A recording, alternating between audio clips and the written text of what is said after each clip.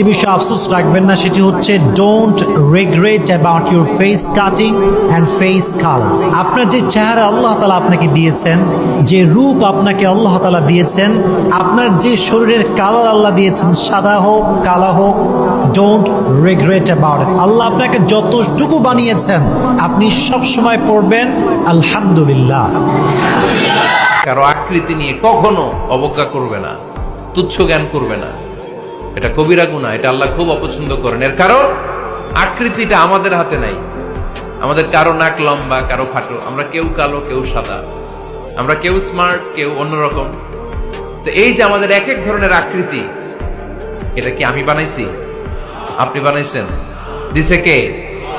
এজন্য কারো দেহের গঠন নিয়ে যদি আপনি অবজ্ঞা করেন, এটা প্রক্ষান্তরে আপনি স্রষ্টাকে নিয়ে অবজ্ঞা করবেন। কারো দেহের আকৃতি নিয়ে যদি আপনি তুচ্ছ করেন, তাকে তুচ্ছ করেননি, আমার রবকে আপনি তুচ্ছ করেছেন। চিল্লায় বলেন ঠিক কিনা?